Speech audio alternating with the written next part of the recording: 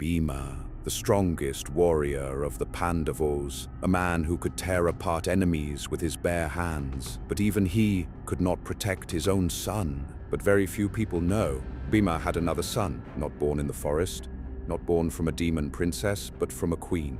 His name was Sutasoma, and history almost forgot him. Sutasoma was born to Draupadi, the empress of Indraprastha, yes, while the world remembers Ghatotkacha, the powerful Rakshasa son of Bheema. Very few remember the son born from royal blood. Why? Why did destiny silence his name? He was born into greatness, the son of the strongest warrior alive, the grandson of Kunti, the prince of Indraprastha, and yet his fate was never meant to shine in glory. Unlike his half-brother Ghatotkacha, Sutasoma did not grow up in forests of magic. He was raised within palace walls, trained by masters, taught dharma, archery, and the sword. He carried both power and discipline, but there was a silent shadow over his life. He was the son of Draupadi, and Draupadi was the most humiliated queen in history. Imagine growing up knowing that one day you must fight your own cousins. Time passed, and then the war of Kurukshetra began. 18 days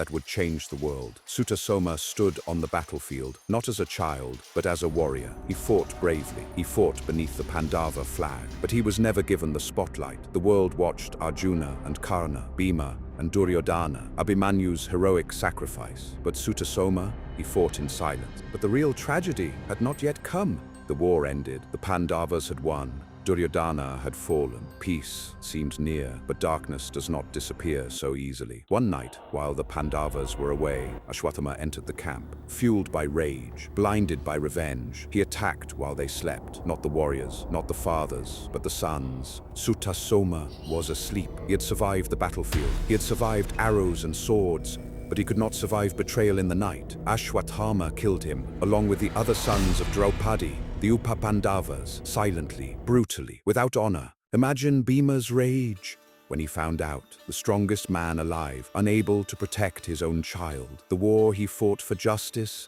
had taken his son, and the world barely speaks of it. Why do we remember Abhimanyu but forget Sutasoma? Why do we praise the heroic deaths in battle, yet ignore the innocent ones in their sleep? Was his story less important, or was it simply quieter? The war he fought for justice had taken his son, and the world barely speaks of it. Sutasoma represents something painful. Not every warrior receives glory. Not every prince is remembered. Not every sacrifice becomes legend. Some lives are lost between the pages of history. Some names fade, even when they carried royal blood. Bheema's strength could break mountains, but it could not protect his son from fate.